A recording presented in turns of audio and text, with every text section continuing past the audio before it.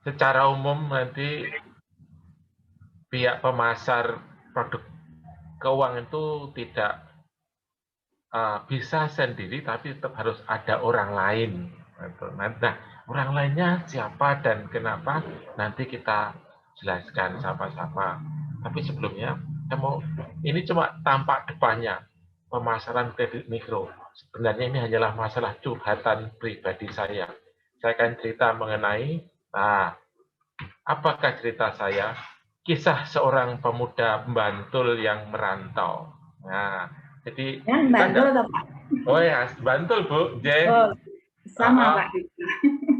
Pokoknya di wilayah saya itu sekarang lah bukan ijo royo-royo, neng abang beranang pokoknya. Bangun Pengen tapan. Bantul Pak nih Pak. Oh Saya J, orang Bantul. Bantulnya mana? Soke Sanden, Sri Oh Gading. Sanden, J. Kalau saya saat ini ada di Potronan Bangun Tapan. Oh J. J. Nah, ini karena kita sama-sama orang Bantul ya, jadi bisa tahu rasanya orang Bantul di perantauan ya. Nah, ini sebenarnya niat merantau itu pengen jadi artis, Bapak Ibu. Tampil di TV itu loh. Tapi apa daya karena tampangnya ngepas ya.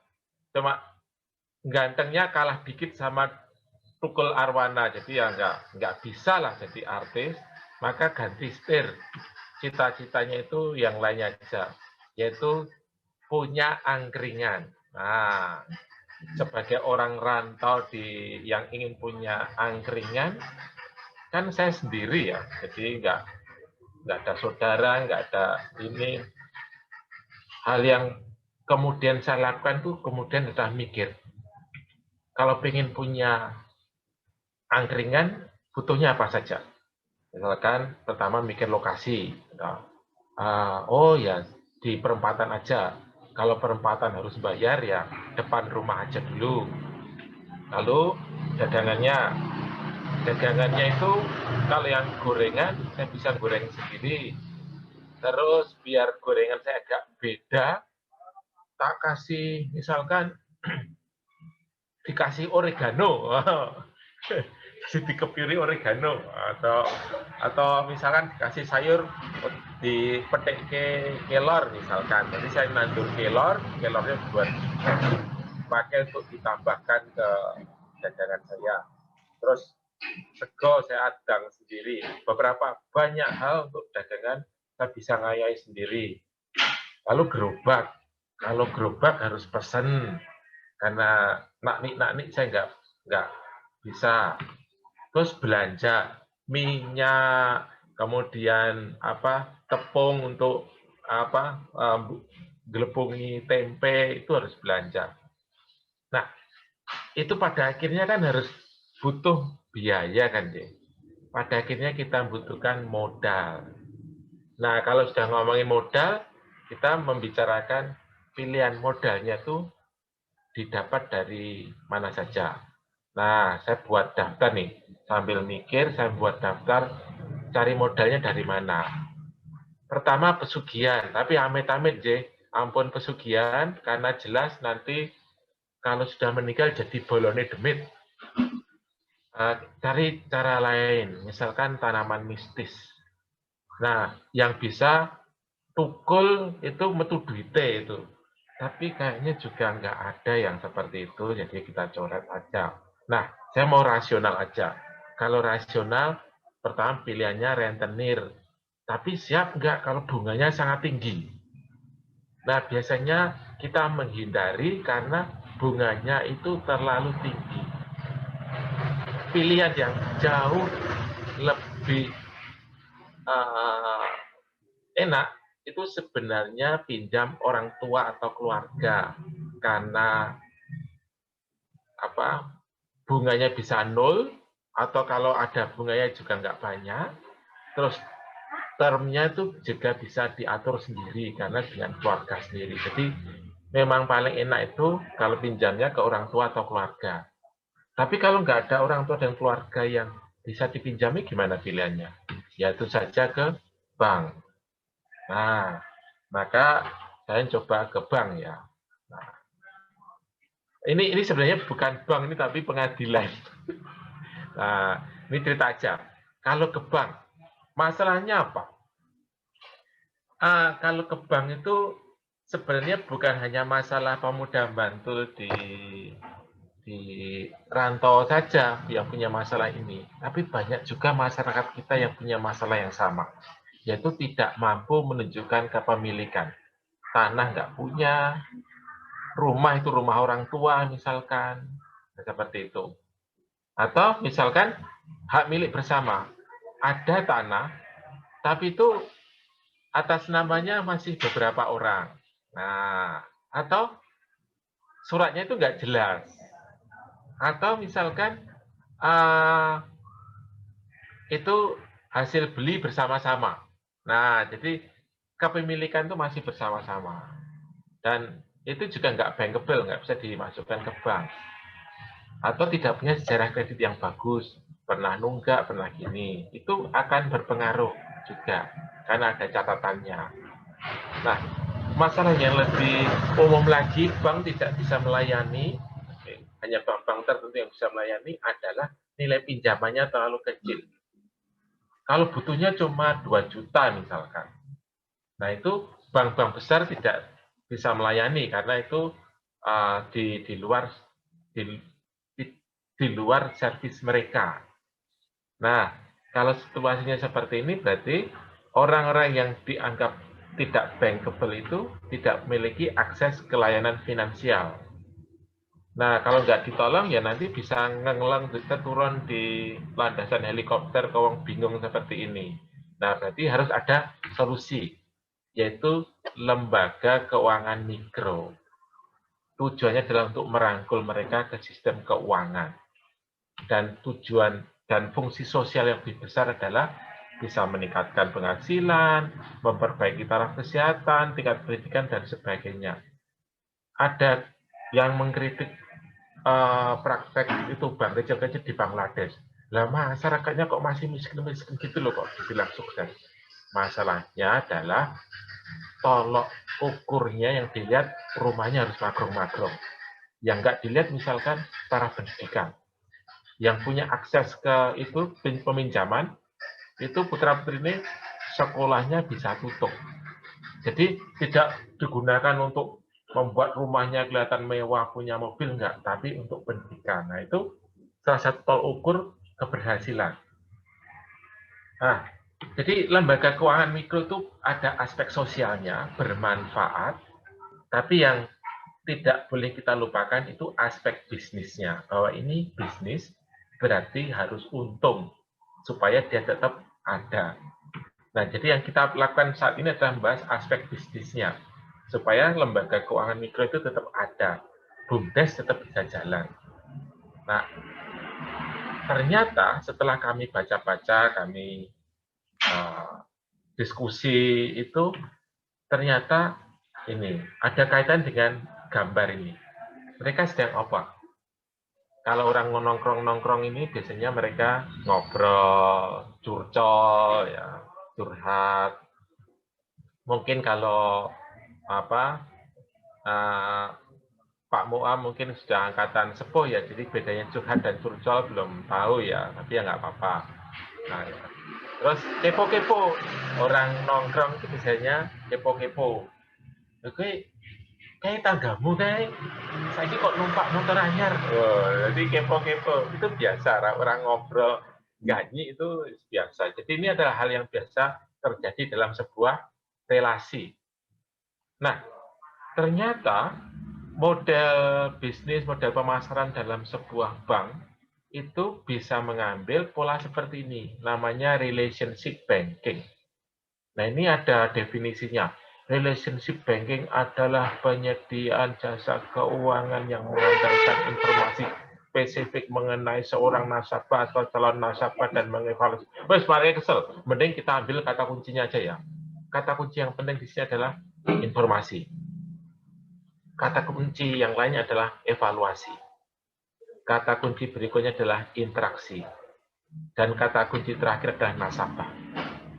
Nah, maksudnya gimana? maksudnya adalah mendapatkan informasi, melakukan evaluasi lewat interaksi dengan nasabah. Jadi interaksi dengan nasabah itu sangat penting untuk mendapatkan informasi, untuk melakukan evaluasi. Jadi yang contoh dengan Bu Titik tadi sebenarnya adalah upaya saya untuk mengevaluasi, memahami Bu Titik. Dengan tanya-tanya, dengan ngobrol. Jadi kalau misalkan saya punya produk yang terkait dengan pendidikan, kemungkinan nih Bu Titik bakal tertarik. Misalkan ya, saya punya produk kredit laptop, mungkin orang seperti Bu Titik akan tertarik karena Bu Titik dalam evaluasi singkat saya itu peduli pendidikan putra-putrinya. Jadi evaluasi itu bisa didapat sambil terus menghasilkan banyak informasi lewat interaksi dengan nasabah. Nah, kemudian dalam prakteknya bagaimana melakukan relationship banking itu? Sebenarnya ya ketemu, ngobrol, tanya-tanya, ngaruh ke itu bagian dari kegiatannya yang aktual. Jadi ketemu, bahkan mungkin rutin ketemu, ngobrol, banyak tanya ini itu, kepo ya sebenarnya, terus ngaruh ke itu adalah bagian dari kegiatan relationship banking tadi yang kita bahas ini. Nah, kemudian manfaatnya ada informasi yang bisa dipakai lagi. Oh, misalkan ya Pak Toro itu istrinya, kita tahu kalau Pak Toro istrinya itu bekerja, misalkan guru. Nah, berarti ada jagan. Kalau misalkan usahanya Pak Toro apa-apa, ada jagan istrinya. Terus ternyata mereka punya anak 3 misalkan.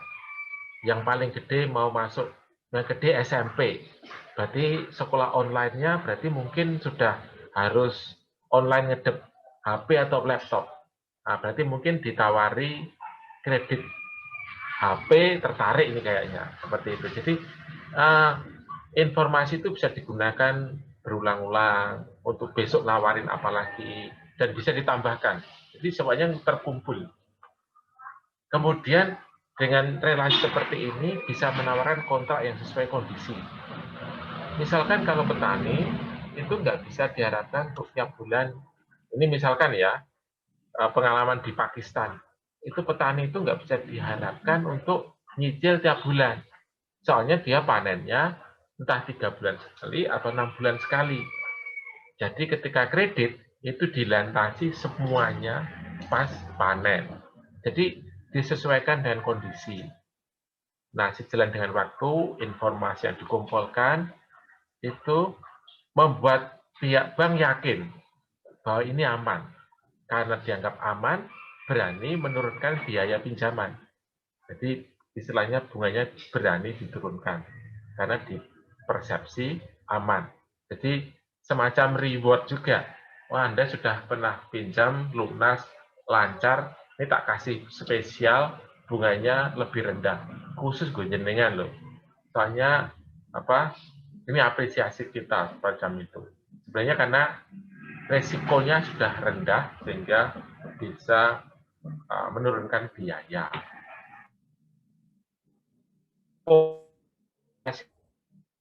Tidak akan dicairkan kalau kita belum yakin, belum banyak informasinya. Jadi misalkan ya ini pihak marketing sudah datang itu ya ke keluarga Pak Wisnu misalkan ya.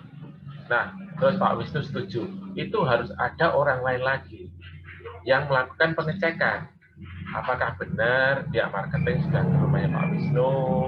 Apakah benar? Jadi informasi itu tidak hanya datang dari interaksi satu orang dari suatu bank,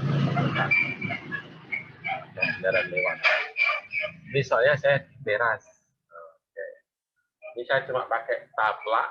Kalau taplak ini dibuka, ada tanduran di belakangnya. Iya. Kreatif gitu, Pak. Ini karena pandemi harusnya kreatif. Jadi informasi sebanyak mungkin itu penting, dan kontak itu tidak hanya satu orang mewakili bank dengan nasabah, tapi bisa lebih dari satu. Itu selain untuk mengumpulkan lebih banyak fakta, juga sebenarnya ada fungsi pengawasan juga di situ. Nah, dengan banyaknya informasi yang terkumpul itu, pihak bank bisa menyesuaikan atau BUMDes bisa menyesuaikan kontraknya. Dan karena banyak informasi, lebih punya kendali, lebih punya kontrol. Wong nggak punya misalkan ya, saya mau ngajukan usaha laundry, itu usaha laundry. Tapi rumahnya itu listriknya masih 450. Terus kemudian, jadi dia bakal butuh lebih banyak biaya dari hanya sekedar mesin cuci. Jadi perlu ditanya lebih lanjut. Terus nanti listriknya gimana ya, Pak atau Bu? Jadi mau tidak mau itu pihak bank atau pihak BUMDes itu memang harus lebih tahu mengenai rencana bisnisnya sang calon nasabah. Dengan seperti itu lebih punya banyak kendali. Kedepannya gimana itu lebih punya banyak kontrol. Nah, seperti itu. Dan dengan seperti itu memperkecil kemungkinan gagal bayar. Seperti itu, Bapak Ibu. Nah, saya mau ngambil pengalaman dari ini ya, dari India. Jadi India itu saat ini tidak hanya terkenal karena masalah kesehatan, tapi juga atau martabak, tapi juga punya pengalaman dengan usaha kredit mikro. Nah, ini ada peneliti itu menggunakan 1.300 nasabah. Jadi tidak hanya berdasarkan 1 atau 100 nasabah, tapi 1.300 nasabah. Jadi datanya lumayan banyak. 1.300 nasabah itu dibagi menjadi 4 kelompok. Nah, ini penelitiannya berjalan setahun. Jadi tidak hanya sebulan, 3 bulan, tapi setahun. Dan sepertinya masih berlanjut lagi karena dia butuh perbaiki datanya. Jadi caranya gini, kelompok 1 itu kalau mau jatuh tempo tiap bulan di SMS. Kelompok 2 itu ditelepon. Yang nelpon acak, kapan nelponnya juga acak. Jadi nggak tetap, nggak tentu, tapi ditelepon. Kelompok 3 itu ditelepon 2 minggu sekali. Jadi sebulan ditelepon 2 kali. Yang nelpon siapa itu acak. Kadang si A, kadang si B yang nelpon. Tapi ditelepon seminggu 2 kali. Terus ditanya-tanya. Terus kalau tanya apa dikasih informasi. Jadi ada informasi tambahan. Sambil nelpon itu sambil kasih informasi. Kalau kelompok 2 nggak seperti itu. Cuma diingetin bahwa mau jatuh tempo. Gitu. Nah, tapi kalau kelompok 3 sebulan ditelepon 2 kali, sambil dikasih informasi. Kita punya fasilitas ini, Bu, Pak, seperti itu. Kelompok 4, itu juga ditelepon 2 kali sebulan, plus juga dikasih informasi-informasi, tapi yang nelpon selalu orang yang sama. Jadi misalkan A nelpon 100 orang, berarti sebulan 2 kali, A menelpon 100 orang yang sama. Jadi penelponnya itu sama. Nah, apa hasilnya? Ternyata hasilnya adalah, yang paling menonjol itu yang sebulan ditelepon 2 kali itu. Ada perbedaan yang signifikan. Perbedaannya sangat jelas antara yang ditelepon sebulan 2 kali dan yang tidak. Dalam hal tingkat pembayaran cicilannya. Jadi yang ditelepon sebulan 2 kali itu cicilannya lebih lancar. Nah, seperti itu. Nah, mengenai yang nelpon orang yang sama atau beda-beda tidak ada bedanya. Jadi siapa yang nelpon nasabah itu nggak penting ternyata, nggak ada perbedaan. Yang buat perbedaan adalah itu tadi di ARUG-nya sering karena ditelepon 2 kali sebulan. Jadi kesimpulannya ternyata adalah ya, itu membangun relasi itu mencegah keterlambatan pembayaran.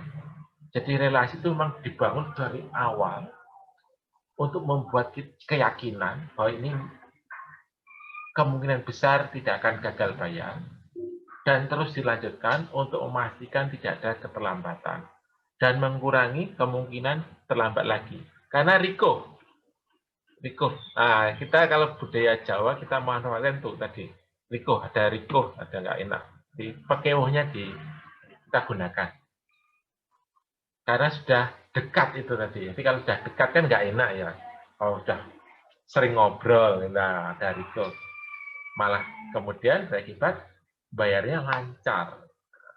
Manfaat lain adalah itu tadi meningkatkan loyalitas, mengurangi resiko. Ya mengurangi resiko karena mengurangi kemungkinan terlambat bayar dan meningkatkan kepercayaan pihak bank atau pihak BUMDes pada nasabahnya. Jadi kan kepercayaan itu dua arah. Pihak BUMDes percaya pada nasabahnya, nasabahnya juga percaya bahwa mereka akan baik-baik saja berhubungan dengan pihak bank ini, akan seperti itu. Nah, sampai di sini mungkin ada pertanyaan mengenai materi saya. Ada, Pak. Nah, oh, Das Wundi. Oh, Bu ini pengalamannya lucu-lucu, Pak Tangguh. Lucu, kadang menjengkelkan, Mbak. Dan menguras emosi. Oh, J. Das Wundi. Matur nuwun Pak waktunya. Ini yang pertama saya menanggapi apa ya? Oh, evaluasi aja mungkin buat LKM yang relationship banking tadi nih Pak. Nah, itu kan ada bagian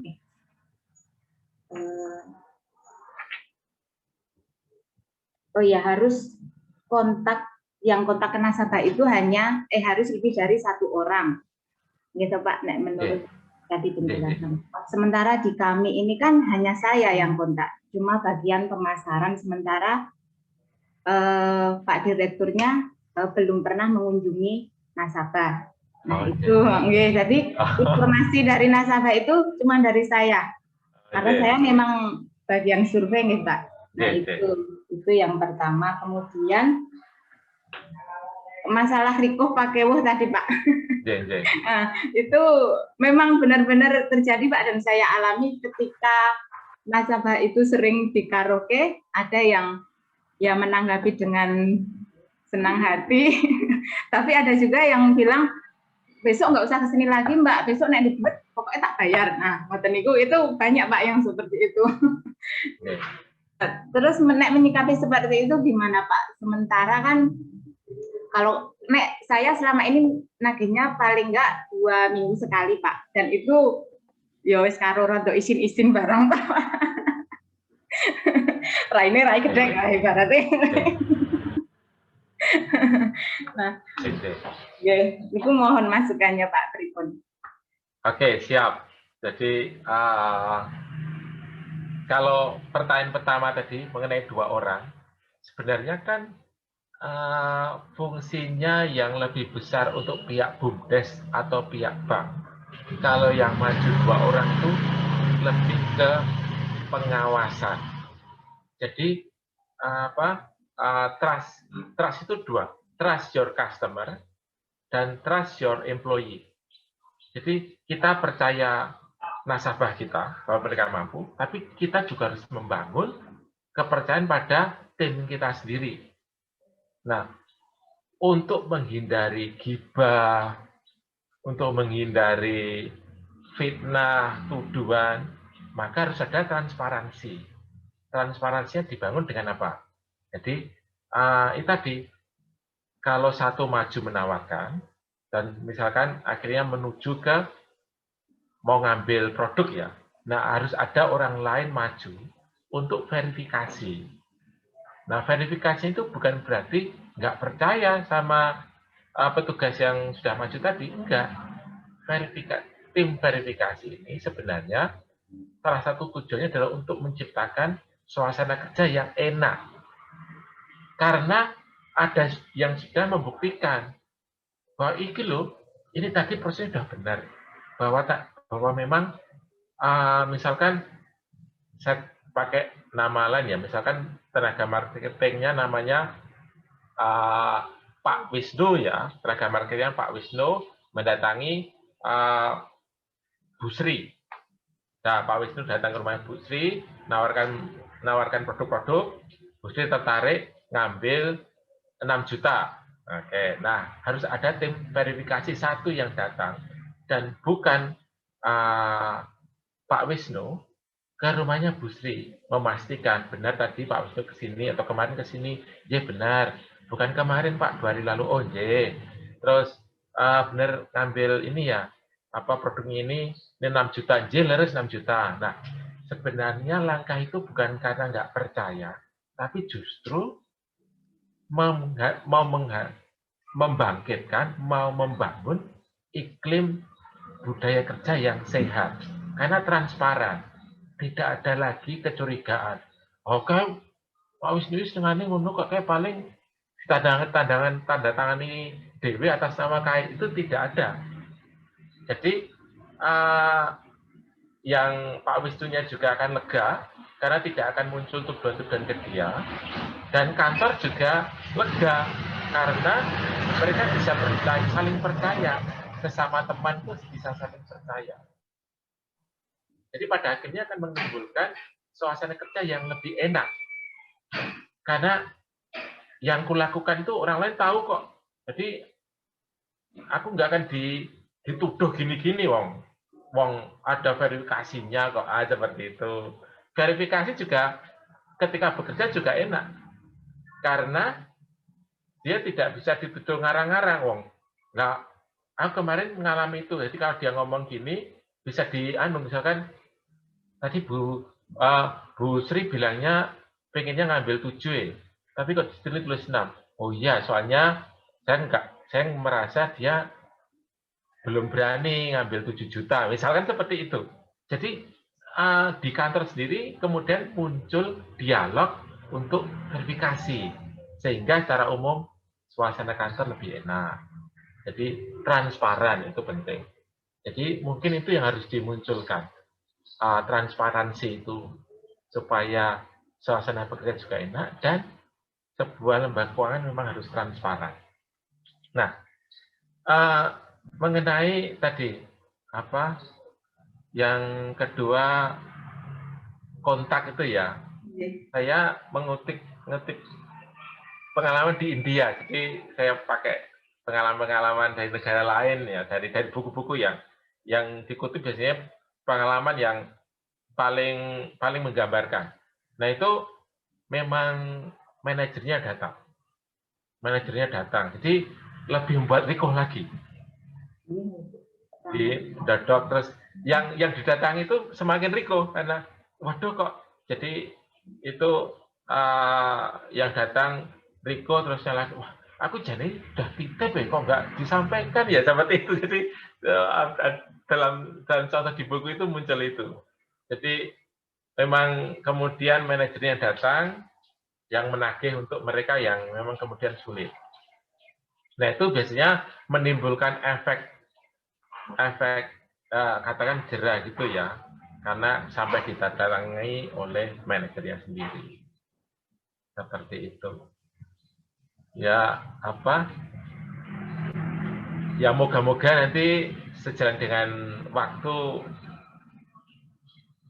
bisa dilaksanakan di BUMDes ya, Mbak Indi, seperti itu. Dan idealnya seperti itu. Ya, ada pertanyaan lain?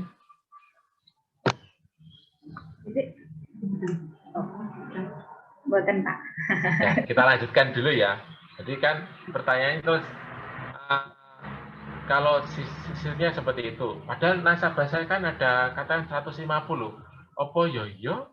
Atau saya tak parani siji? Pertanyaan itu. Nah,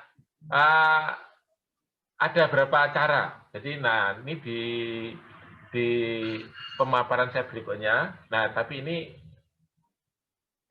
apa? Nah.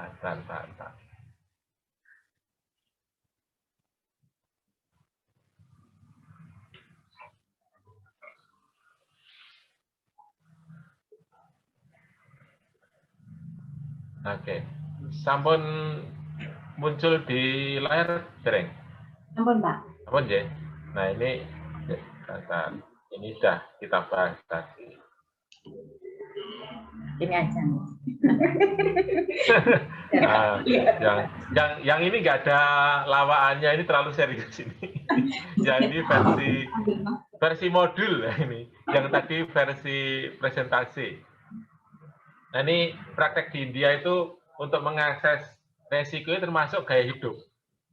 Jadi ada banyak sekali cerita-cerita yang buku yang saya baca itu isinya penuh dengan contoh-contoh cerita-cerita apa yang pernah terjadi. Jadi penuh anekdot.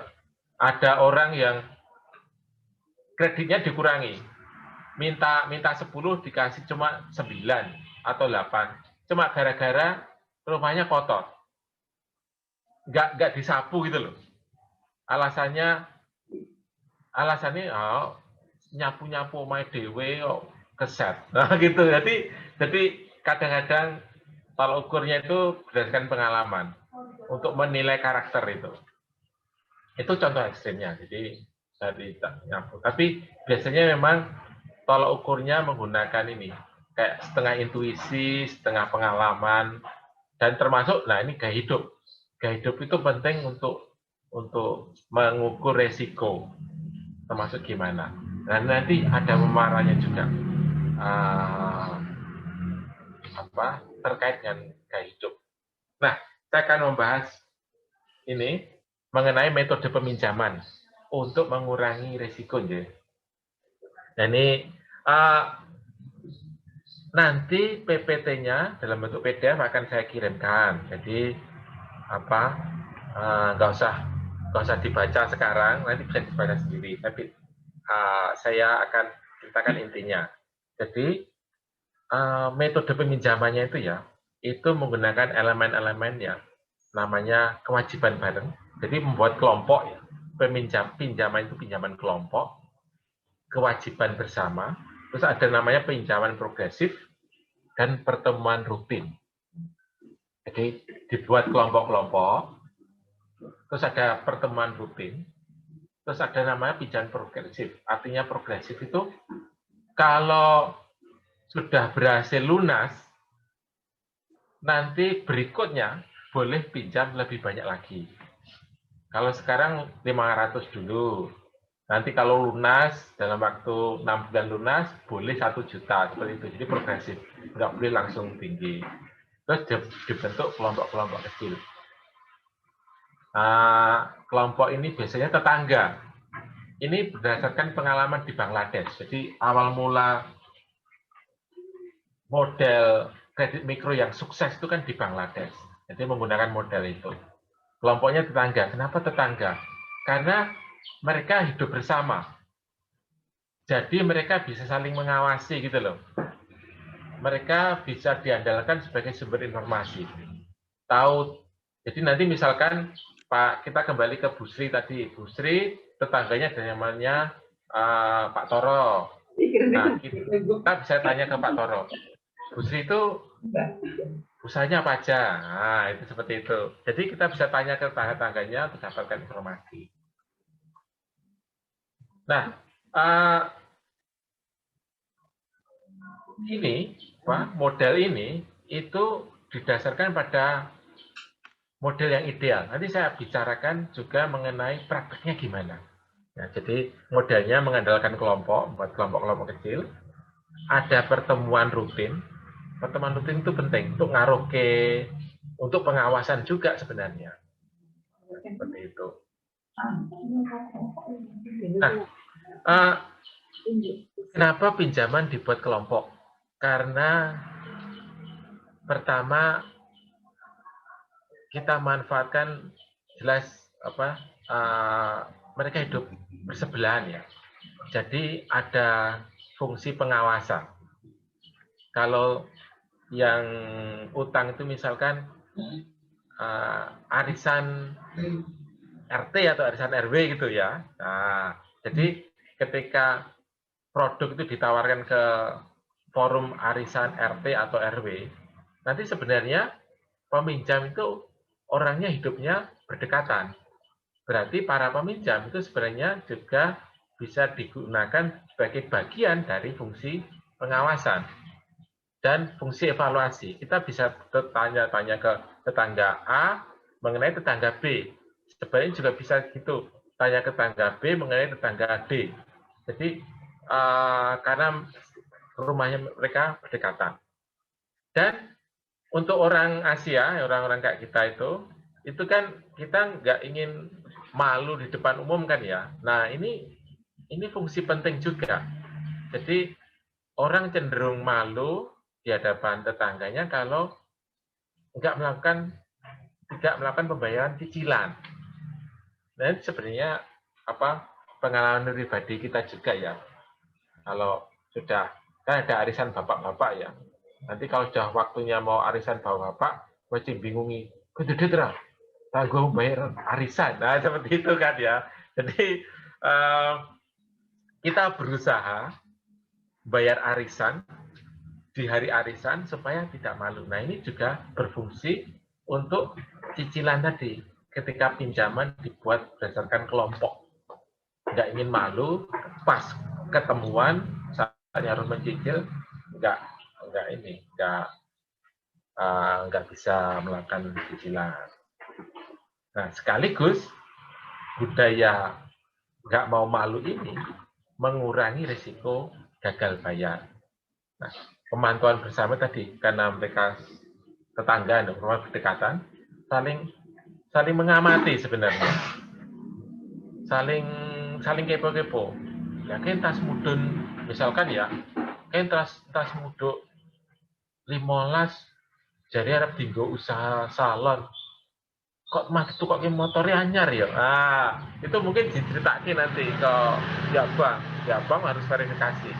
Sebenarnya pihak bank harus verifikasi sebelum uangnya turun ya. Kalau memang mau bikin salon itu nanti skillnya ada enggak, mau di mana, terus alat-alatnya punya enggak, itu memang harus verifikasi. Tapi ide yang mau disampaikan di sini adalah pemantauan itu bisa dilakukan oleh orang-orang di sekitar karena mereka hidup berdekatan. Nah, pertemuan rutin itu penting. Jadi menurut ini sudah diverifikasi oleh jadi kami itu diskusi dengan orang-orang bank sendiri. Saya sempat ketemu dengan manajer sebuah bank, pihak marketing BRI juga. Pertemuan untuk kredit mikro ini, ada pertemuan bersama itu penting untuk ngaruh ke sekaligus pengawasan sebenarnya. Nah, pertemuannya bisa dikasih judul misalkan pelatihan atau ada pembicara yang menarik, nah seperti itu. Terus mungkin dikasih door prize, door prize-nya ya nggak usah rice cooker, tapi door prize-nya misalkan yang sederhana lah, kipas plastik itu dikasih stempel, jadi door prize tidak harus mahal, bisa sangat sederhana. Tapi ada pertemuan rutin, rutinnya itu kalau syukur sebulan sekali, kan nggak bisa sebulan sekali, nggak apa-apa. Tapi ada pertemuan rutin untuk ngaruh ke tadi, pengawasan, ngaruh ke penting. Jadi kalau merasa, tadi kan, kalau nasabahnya 150, aku harus ke 150 orang rutin. Nah, itu pertemuan rutin adalah salah satu solusi supaya kita nggak harus mendatangi 150 orang itu satu-satu. Ketemu satu kesempatan, nah sisanya nggak datang, itu mungkin harus diaroke. Tapi paling nggak kalau misalnya datang 150 itu yang datang 75, nah berarti ada 75 sisanya. Nah itu carikan cara lain untuk ketemu. Bisa bagi-bagi juga seperti itu. Jadi dalam hal pengawasan ya, Mbak Indi, dalam pengawasan seperti ini memang kalau pengalaman di India dan di Bangladesh itu semua orang, semua staff itu terlibat untuk melakukan pengawasan seperti ini. Tidak bisa satu orang. Nah, ada faktor sosial ekonomi yang bisa mempengaruhi pembayaran pinjaman, yaitu lokasi dan jenis kelamin. Lokasi dalam hal ini misalkan negaranya di kota atau di pedesaan. Kalau di kota itu kemungkinan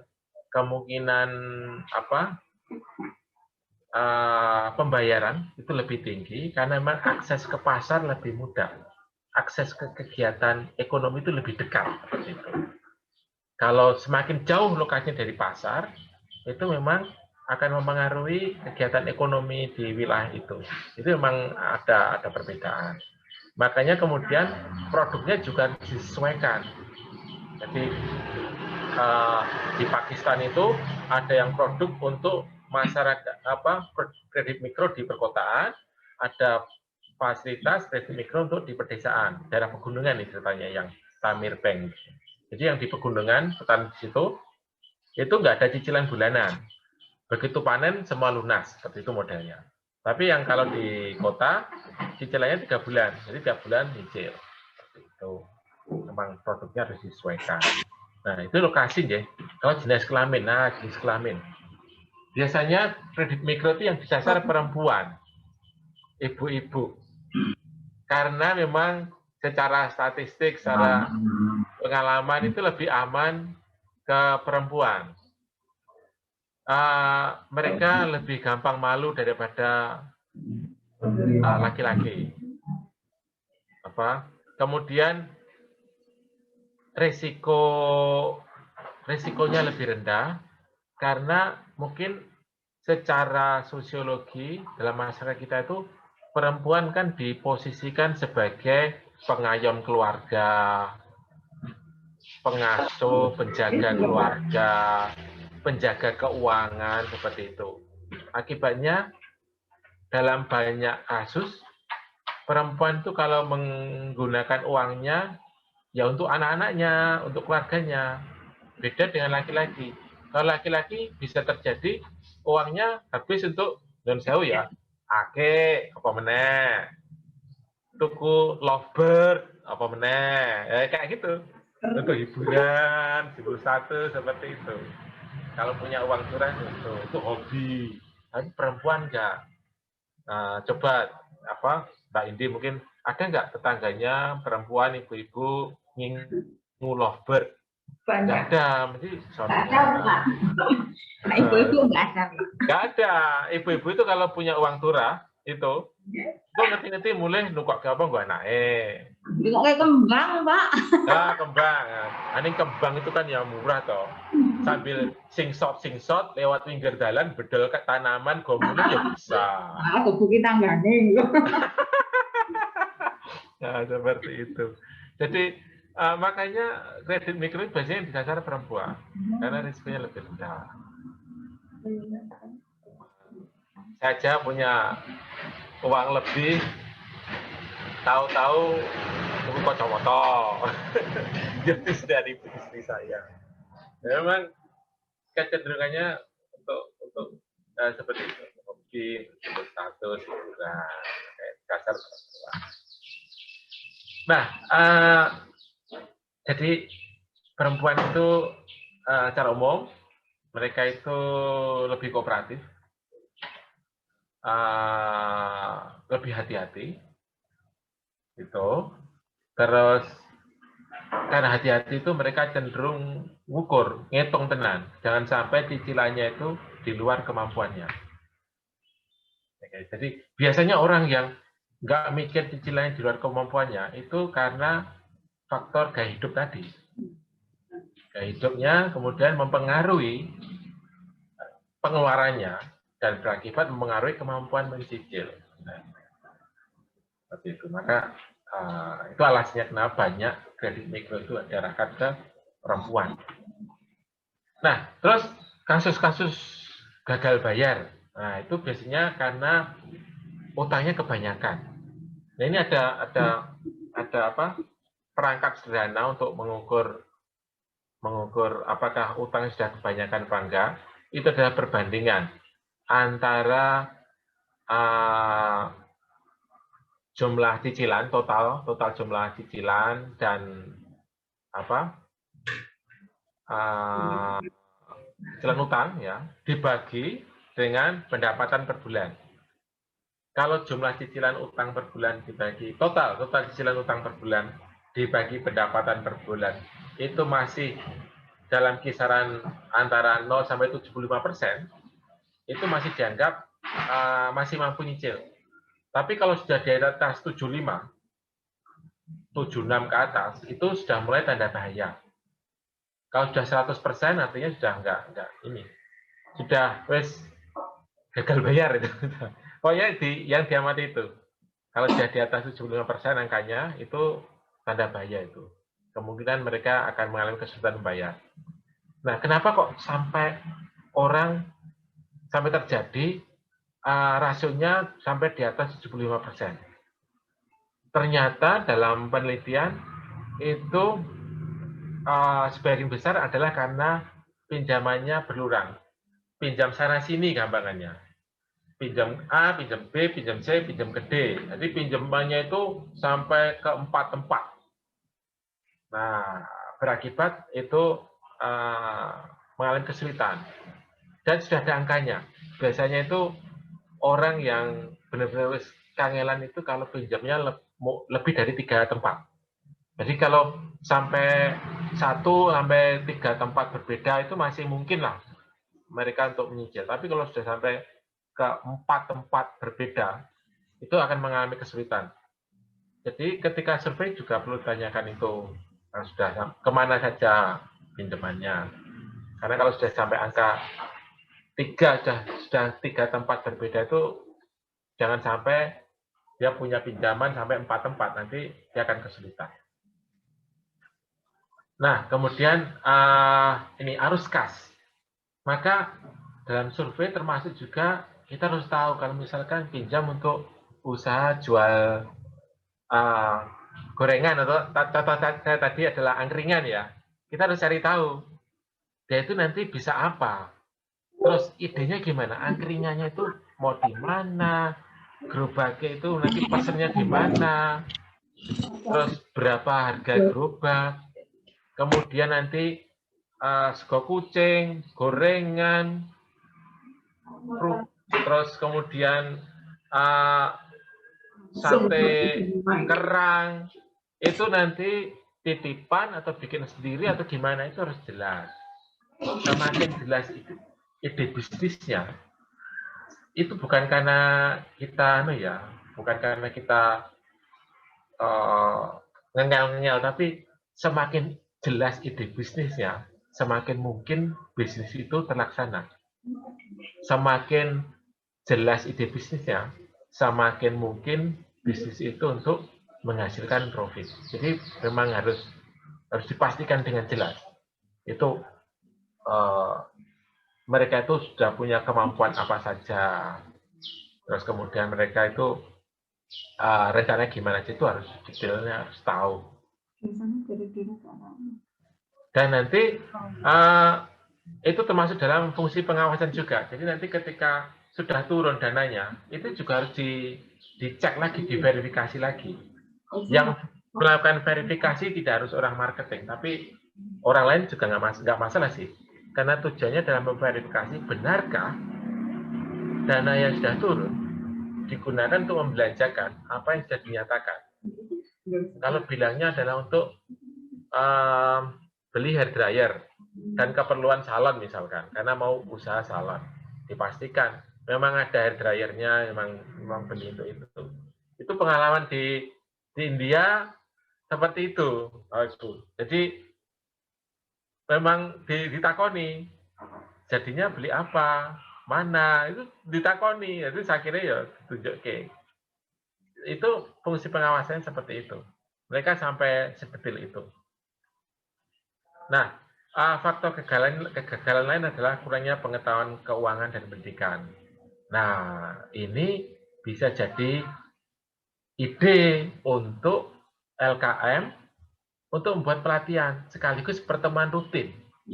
Jadi kalau kita tahu nasabah kita itu butuh pelatihan apa gitu ya, nah itu bisa jadi ide untuk melakukan pelatihan dan dijuduli pelatihan aja, tapi sebenarnya pertemuan rutin untuk ngeceki.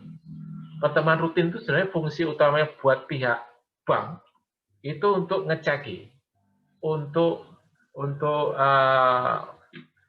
pengawasan sebenarnya. Kita mengawasi nasabah kita bahwa mereka masih semangat, masih lancar, sebenarnya itu fungsinya. Tapi untuk para nasabah, pertemuan rutin fungsinya adalah untuk seserawungan, acara sosial, ketemu-ketemuan, terus pelatihan. Jadi untuk mereka itu yang penting. Mereka bisa seserawungan, ketemu konco, terus ada suguhane, misalnya dikasih pisang godok misalnya, apa itu bisa ketemu tetangga, teman, ngobrol, terus ada pembicara singkat, itu bagi mereka senang. Tapi bagi kita itu sebenarnya lebih ke fungsi pengawasan, kontak, mempertahankan kontak itu biar itu tadi ketika kontak kuat, hubungan kuat, meminimalkan keterlambatan bayar, meminimalkan gagal bayar seperti itu. Jadi memang benar ada masalah-masalah kayak sekarang ini jelas ya, contoh paling nyata, pandemi menimbulkan masalah ekonomi karena banyak kegiatan ekonomi tidak bisa jalan. Nah, ini memang ada sifatnya sesuatu yang sifatnya force major ya, jadi nggak bisa dihindarkan. Memang ada. Tapi sebenarnya ada juga hal yang bisa dihindarkan. Di mana ternyata dari pengalaman-pengalaman itu, mereka yang bisa menghindarkan dari masalah adalah yang mampu melakukan diversifikasi. Jadi, misalkan tanam padi, tapi nggak hanya padi saja, tapi ada tanaman lain. Jadi ada diversifikasi usaha untuk menghindarkan mereka dari goncangan. Nah, pengalaman-pengalaman diversifikasi ini, pengalaman-pengalaman melakukan pengiritan biaya, ini sebenarnya adalah sebuah topik yang penting untuk dibahas dalam pertemuan kelompok atau kumpulan. Jadi ini sebuah ide lainnya untuk mengadakan kumpulan pertemuan kelompok yang bisa diselenggarakan oleh BUMDes. Jadi membahas misalkan bagaimana supaya ngirit. Nah, ngirit apa? Yang spesifik. Menggunakan minyak goreng, bagaimana biar gorengannya tetap awet misalkan. Oh, jangan dicemplungi plastik, tapi begini ya, misalkan gitu. Jadi ada banyak sekali ide untuk melakukan pelatihan. Dan itu bermanfaat buat nasabah. Dan bagi kita bermanfaat untuk melakukan pengawasan dan mempertahankan kontak seperti itu. Nah, kita bahas prakteknya ya, praktek di India. Nah, praktek yang lebih mirip konsep awal tadi itu di Bangladesh, dan ini kalau di India itu, ini saya masukkan di sini supaya kita paham situasi ya. Jadi yang paling bawah terutama itu gara-gara kredit mikro itu tangga, teman bisa jutaan gara-gara utang. Itu sesuatu yang harus kita pahami dari awal, bahwa kita perlu legowo dan juga semangat positif kita untuk legowo dan bisa bersikap netral dan menenteramkan itu perlu kita tularkan supaya mereka juga bisa mengurai masalah mereka gara-gara utang ini. Nah, jadi sikap positif ya. Jadi bukan wes masa bayar, bukan begitu, tapi tenang, penuh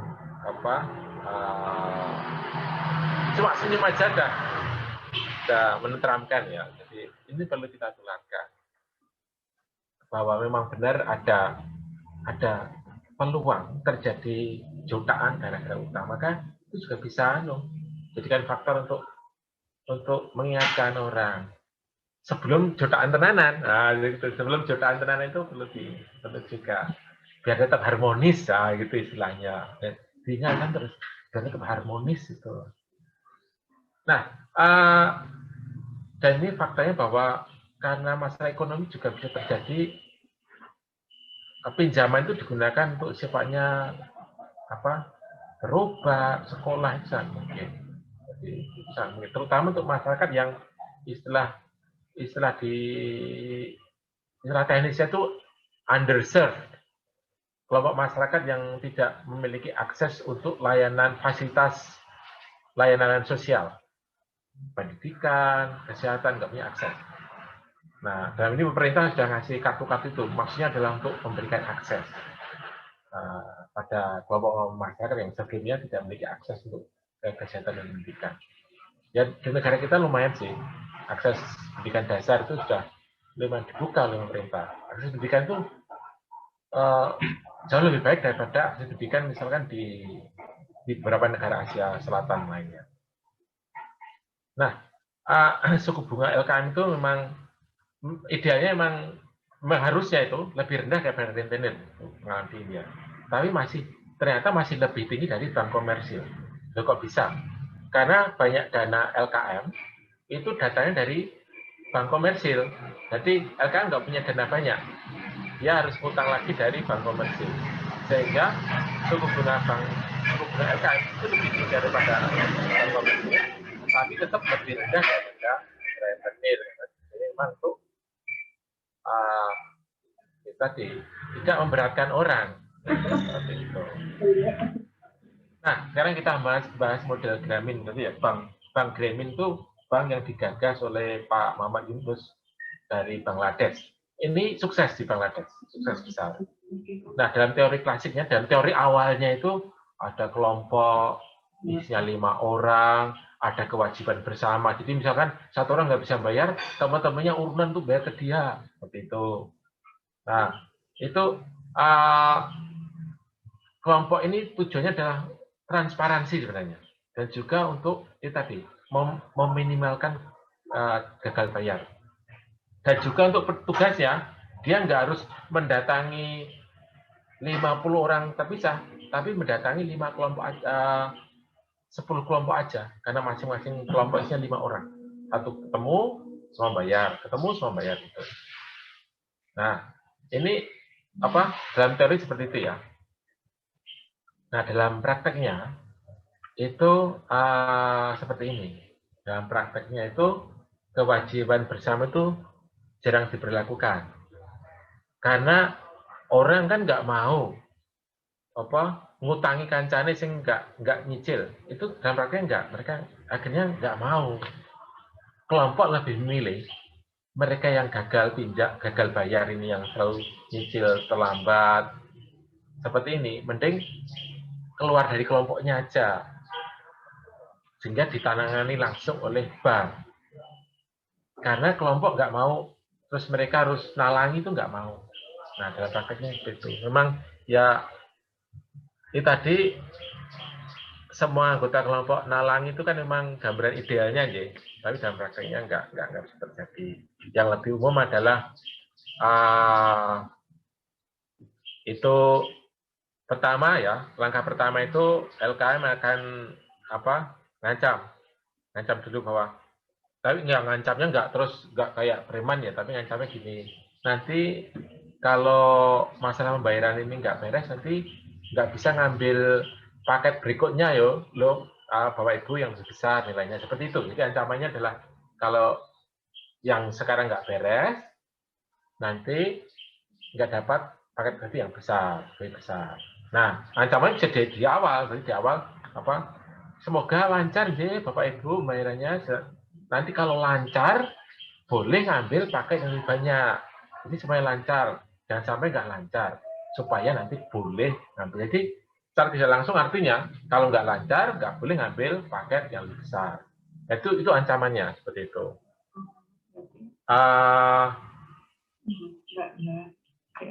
Namun ternyata ya model gini juga nggak bisa dilakukan.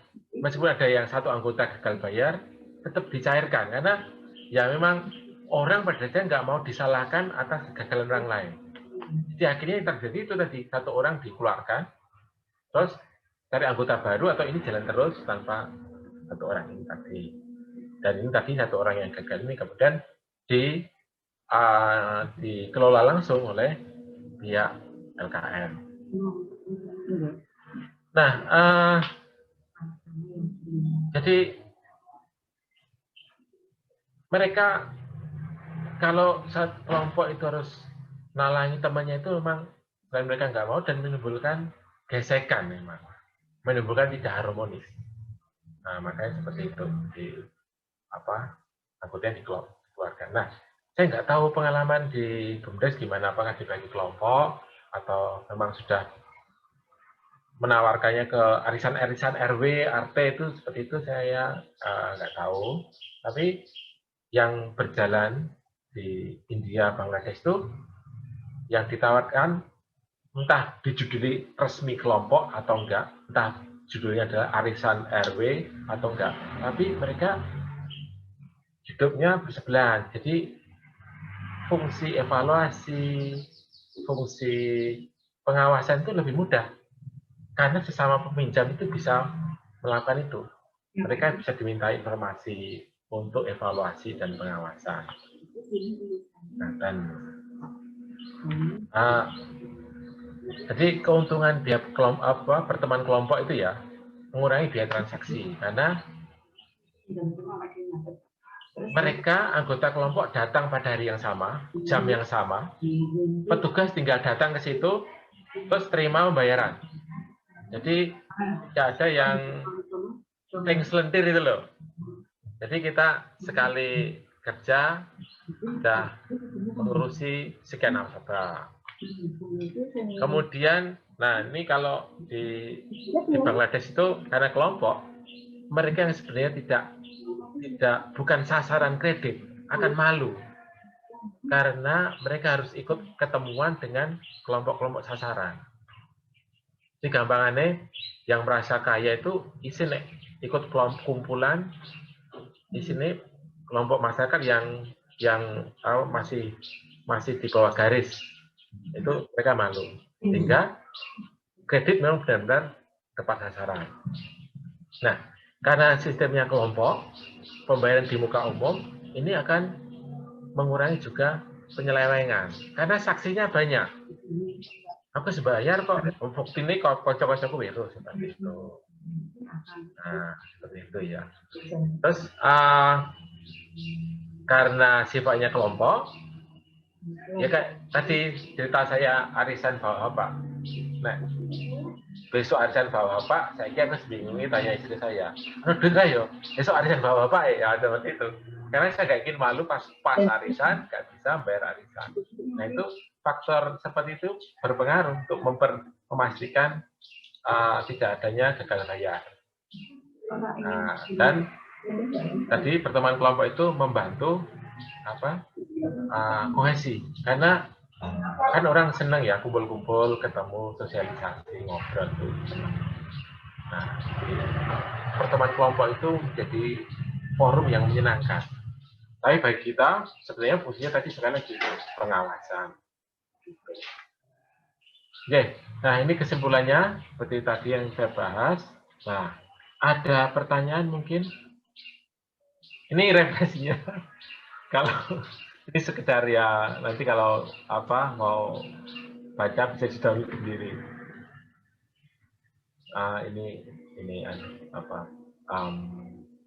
Ini data-datanya, statistiknya, data mentahnya.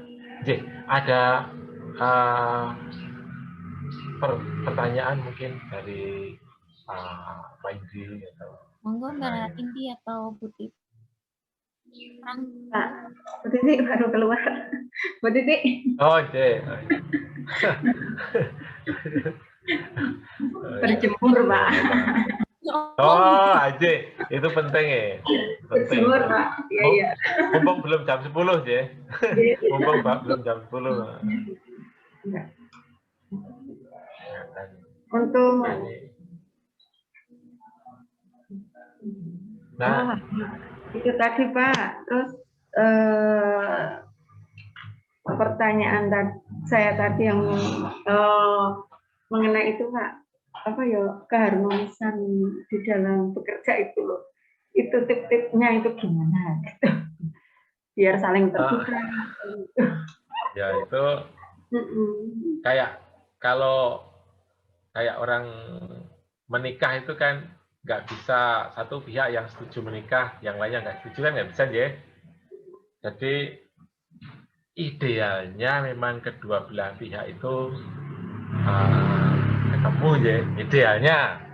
Ya kalau nggak ideal ya kita upayakan yang terbaik. Nah ini sangat kebetulan sekali minggu depan itu membahas mengenai ini apa personalia, mengenai ini, mengenai relasi. Nah itu sangat cocok untuk topik minggu depan. Nanti teman-teman akan membahas itu. Malah matur nuwun sekali Bu Titik karena sudah memberikan masukan ide yang spesifik yang bisa kami bahas. Seperti itu. Pak, terima kasih. Pokoknya kami tunggu, Pak. Siap,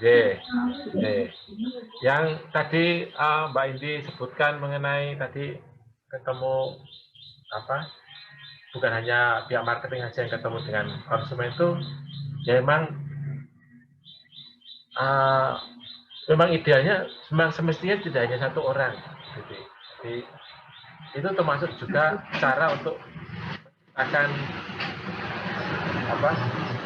situasi kantor yang menyenangkan, yang enak, karena ada transparansi, nggak akan ada saling nuduh di kemudian hari, nggak ada, karena transparan.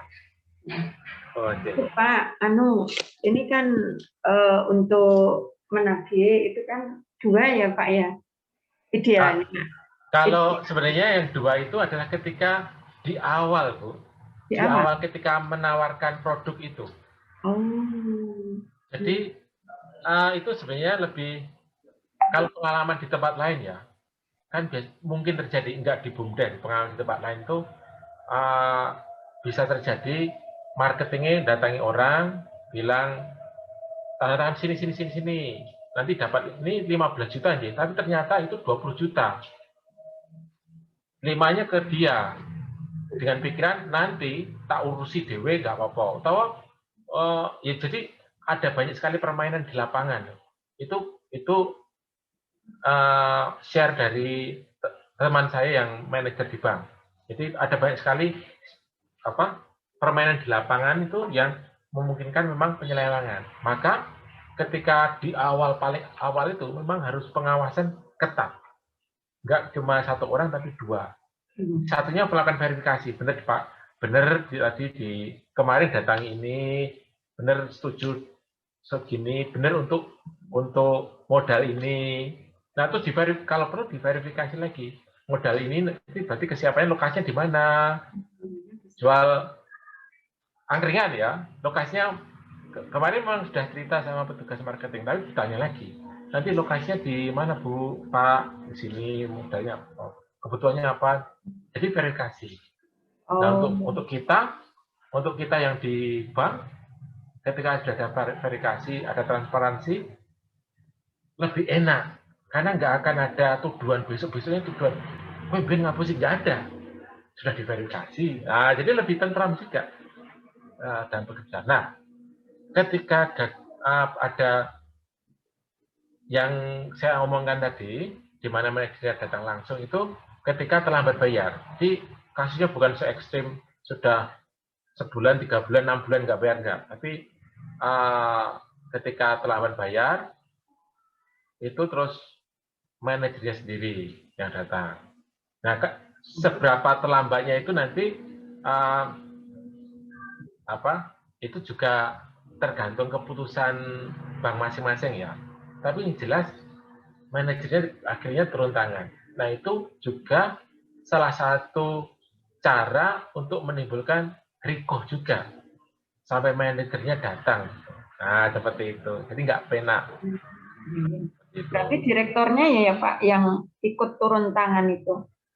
Nah, ini saya juga nggak enak ngarani kan ya.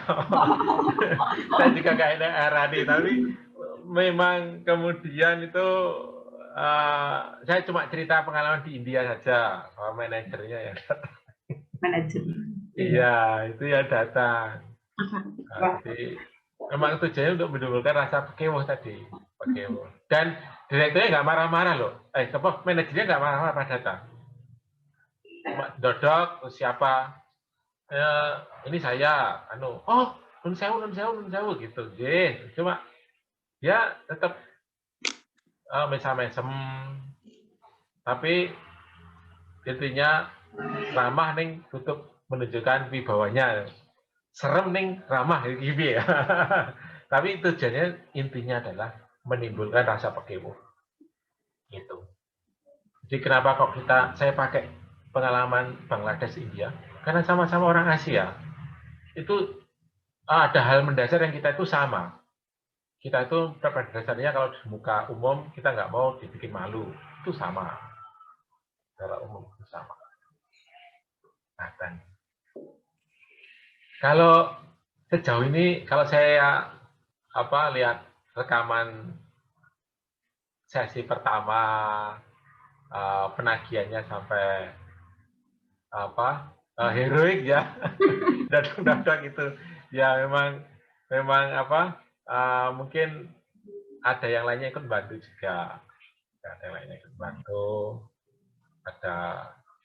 tapi secara umum memang masalah kedekatan ini, relasi ini harus tumbuh dari awal sejak kredit belum diluncurkan, belum diterima, saat kredit sudah diterima, dan terus.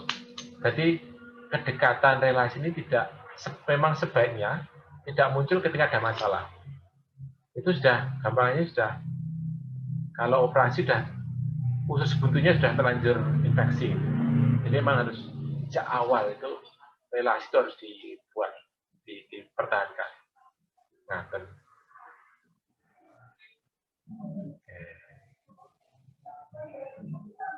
ada jadi nanti masukan Bu Dede akan ini malah sebenarnya pembicaranya sudah ada juga di sini yang ahlinya sudah ada di sini yang mengenai nanti materinya Pak dikirim toh yang itu yang dikirim ini nanti dikirim per WA bisa. Iya, terus mengenai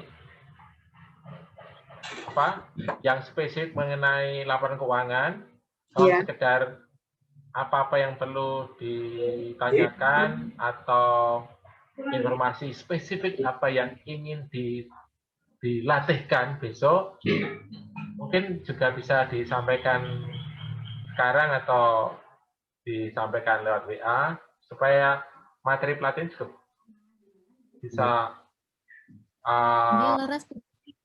spesifik bisa kan? Spesifik. Ini kebetulan Bu Nabila yang dari Departemen Ekonomi hadir juga, mungkin bisa disampaikan juga terkait apa tadi laporan yang ada selisih mengatakan jadi di mana. Soalnya Bu Nabila kemarin sudah sempat mengintip laporannya sebetulnya sudah sesuai standar katakan. Bu Nabila belum tanggal 7 ya Pak, anjingnya kemarin. Tapi tergini. Jam 12:04. Betul. Ada yang pulang lalu ya. Duit. Buat di jam 2. Oh, tentamu. Dan ini tadi materi dari saya, pemaparan dari saya yakin teman-teman di BUMDes itu pengalamannya lebih banyak pasti di BUMDes itu. Jadi mungkin saya cuma kayak Nguyai segoro lah. Ya enggak, malah itu malah ke atas jenengan kok. Ini kan minta dilatih ini biar bisa bagus ke depannya gitu, Pak. Oke. Nah, nanti kalau misalkan ada pertanyaan spesifik mengenai marketing, mengenai apa, yang spesifik itu ya, dan saya nggak bisa jawab, saya bisa tanyakan ke teman-teman saya yang orang bank sungguhan. Nah, kalau saya kan apa? Jadi saya itu lulus kuliah itu di perusahaan, terus kemudian setelah 10 tahun saya merasa saya tak coba share pengalaman saya kelola yang saya dapat selama 10 tahun itu, terus akhirnya saya ngajar di kampus. Nah, kemudian saya sempat jadi manajer di perusahaan, termasuk ngurusi marketing. Nah, tapi marketing lembaga keuangan itu sebenarnya berbeda dari marketing lainnya. Kan lebih tinggi tingkatannya, Pak. Karena kekasannya itu, kalau lembaga keuangan itu kekasannya adalah uang harus menghasilkan uang lebih banyak. Ternyata kekasannya di marketing kredit itu dua. Pertama adalah transparansi. Transparansi itu sangat penting, dan pengawasan itu sangat penting, pengawasan. Jadi tadi saya bahas mengenai pertemuan kelompok, pertahankan hubungan, relasi, itu sebenarnya fungsi pengawasan. Nggak boleh lepas, harus terus ada. Dan bagi nasabah, mereka taunya, oh Grapia, ramah, terus kontak, asli nih ya, asli itu pengawasan. Aslinya ya. Itu pengawasan. Jadi kayak pegawai hotel. Adik saya itu pegawai hotel. Di rumah ya dulu, di rumah itu bocah ya ngejak omong-omong males, pas dirinya sendiri. Tapi begitu di hotel, ya ampun Bu, sangat ramah tenan. Aku tadi mati gugur setengah mati. Jadi karena memang kerja, jadi ya Grapia, ramah, itu memang fungsinya untuk pengawasan.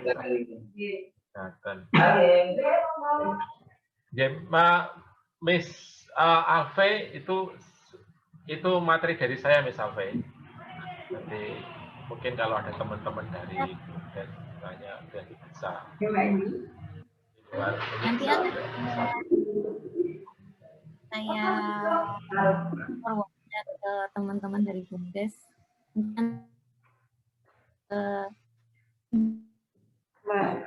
Belum ngomong. Dari ini. Ini kebetulan Bu Nabila sepertinya sedang mengerjakan hal lain juga, jadi Bu Titi nanti minta detail yang terkait laporan dan selisih mekaten nggih. Jadi Bu Nabila nanti bisa mempersiapkan strategi untuk mengatasi masalah-masalah terkait hal tersebut. Pak Muam, ada tambahan?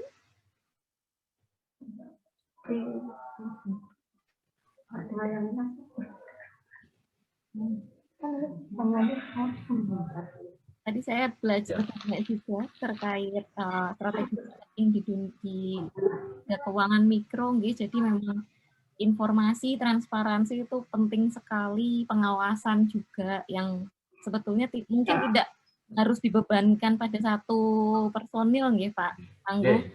Jadi tanggung jawab BUMDes bersama karena badan usaha ini dikelola oleh BUMDes. Jadi pengawasan juga tidak harus langsung BUMDes ke nasabahnya, tapi juga bisa lewat tetangga-tetangga dan segala macam untuk pengawasan juga melalui cara-cara yang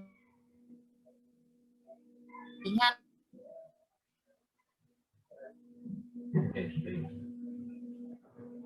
Mungkin ada pelatihan pengelolaan keuangan di keluarga atau pripun gitu, jadi mungkin dengan door prize kecil-kecilan kayak kipas gitu nggih Pak. Jadi cukup mudah untuk nasabah gitu. Ya, tergantung strateginya.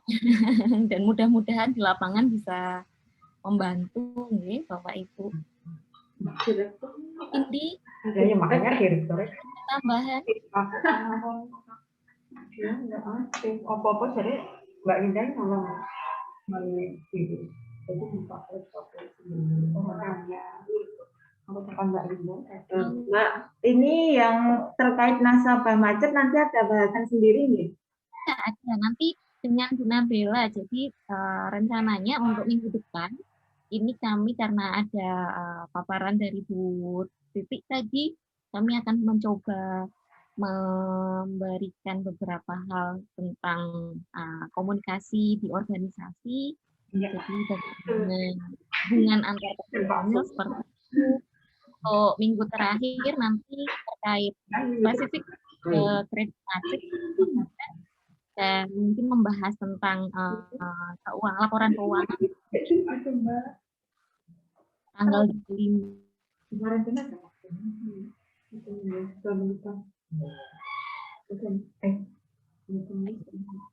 Ya, kami tunggu aja nanti. Sudah menunggu ya Bu Titi untuk hal yang bisa menambah informasi kami karena kebetulan kami baru dapat informasinya ya dari laporan itu saja. Iya, ya.